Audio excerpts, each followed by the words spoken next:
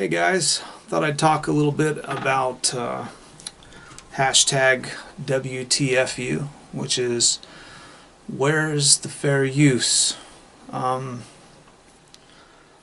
been on YouTube for a long time, and for a long time I didn't have the will or the equipment really to do a lot of really good YouTube videos. When I first started out my channel, I actually started out pretty close to when YouTube first started 10 years ago, and I was some of the first people on within the first year, and I had found TJ the Amazing Atheist and some people like that, and I only had my cell phone, and I couldn't figure out how to put up videos and stuff like that. So this was 2006, and I was able to do a few things, but my channel got pretty big, and I was with MySpace at the time, and I had like 20,000 MySpace subs, and and I was getting a lot of I was getting annoyed mostly, so I shut the channel down and started a new one, and that was about 8.5, 9 years ago. So this channel's been up for 8.5, 9 years. My main channel. I have 5 channels, and in that time, I do a lot of I want to talk about why they're doing this and why they do it. When YouTube first started out, it was very easy for a lot of YouTube content creators to be found and get big quickly.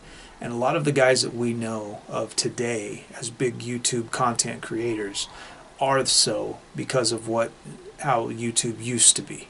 It's very hard now, because of the system they've set up, for anyone to get recognition now. If you're a new YouTuber, you really have a hard time.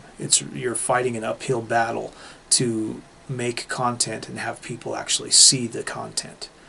And they've set that system up especially in this way, through this content problem. And like with me, I do a lot of videos where I talk about some pretty, especially with the feminism bullshit. I say a lot of things that might hurt some people's feels, And when I say some things, I like to use funny clips of other people, like say Jim Carrey or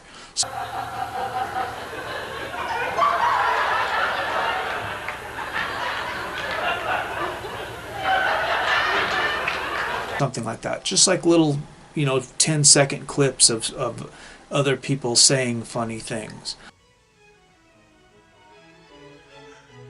I'm ready to go in, Coach. Just give me a chance. I know there's a lot riding on it, but it's all psychological. Well, you would be surprised how many times I've recorded a little thing on my broadcaster of 15 seconds, and I wanted to put it into the YouTube editor and chop it down to a 5-second or 8-second thing. And that 15-second clip was copyrighted.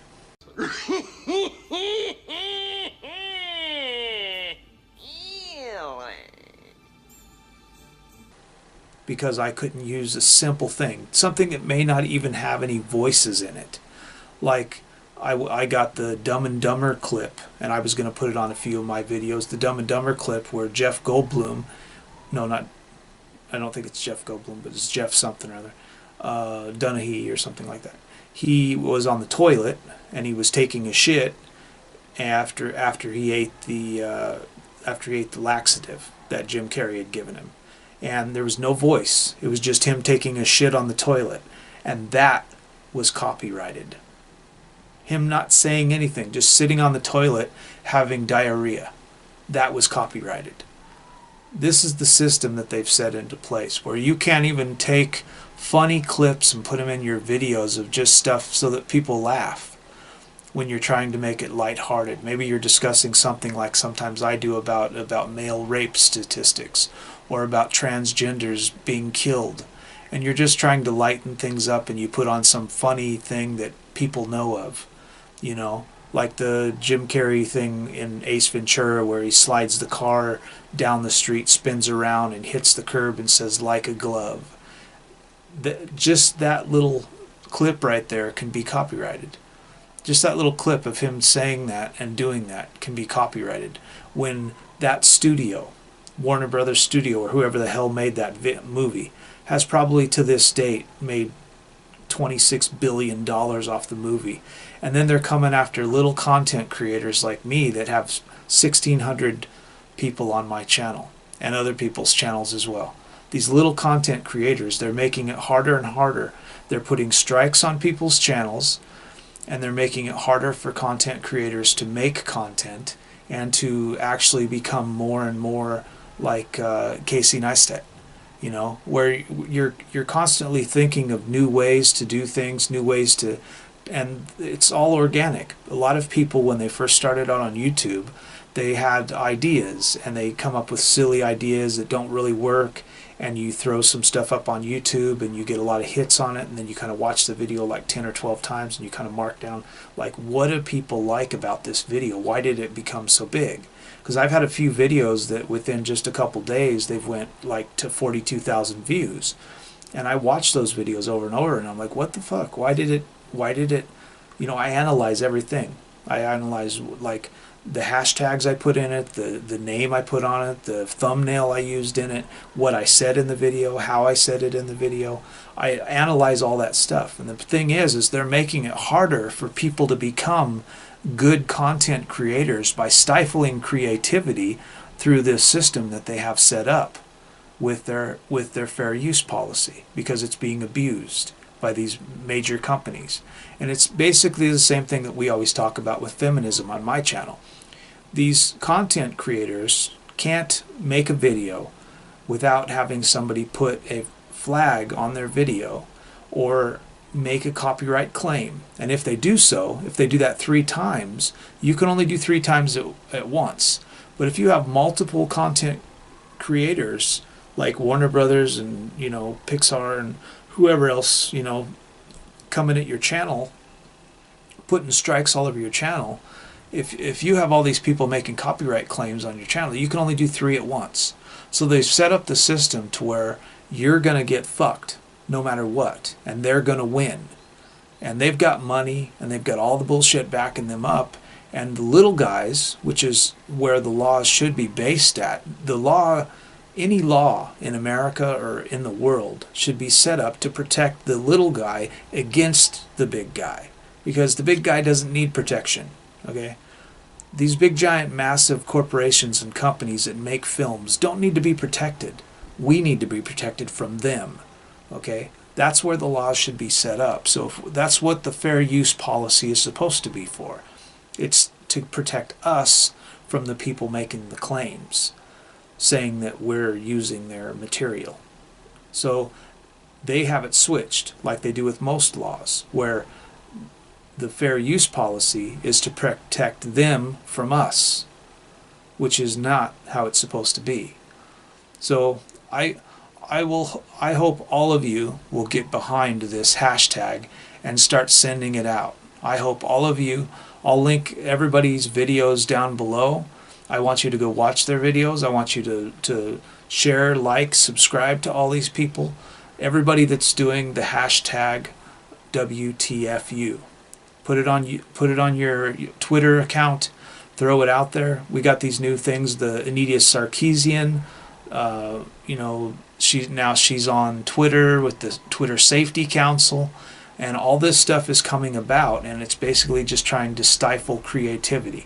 They're trying to make it to where you can't make content that you yourself find funny, you know, because sometimes guys only got like 300 people on their channel and they don't really have a big channel, and they make funny content that those 300 people find funny, and maybe they only get 100 views on each video, but that content can be copyrighted for just 100 people seeing their video, and it won't allow them to later, when these 300 people that think they're funny and they start telling people, and then pretty soon those people get to 10 or 15,000 off of that content because they get better and better at it when they figure out what people like. Well, they're stifling that, making it harder and harder for these people to actually make content, and I find it appalling. So I hope you guys will join us. I hope you guys will tweet this out. I hope you guys will make your own videos, and show YouTube that we're not going to have it. I think a lot of this came out because people got tired of it once they seen what the Fine Brothers were going to do. Because a lot of people are probably wondering, off of the Fine Brothers, who else with these big channels is also doing the same shit when you get these copyright claims? Who else is doing that? And who else has already done it? And why did the Fine Brothers think that they can do it? You know?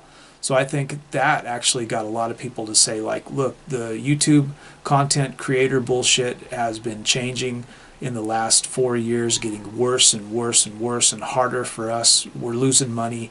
And just like the last couple years, we've lost 50% of our AdSense, yet YouTube is making more and more money. So they're taking more and more of your money so that you can make content and do all the work and make all of the content and put all this stuff on their site so that they can make money off of you, and then they're taking more and more of your money. And I think a lot of creators, content creators, are getting tired of it. You know, they're getting tired of more and more people taking their money. So if you guys want to join with the fight and you guys want to get on and make your own videos, I welcome it. I hope you guys will. I hope you guys will actually do something instead of just talking about it. Make your own hashtags.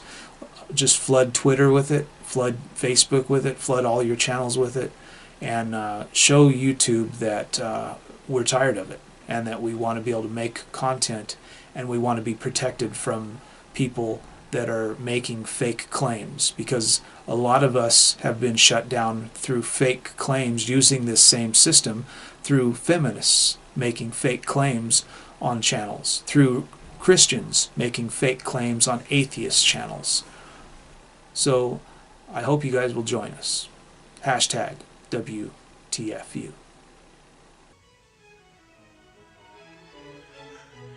I'm ready to go in, Coach. Just give me a chance. I know there's a lot riding on it, but it's all psychological. So now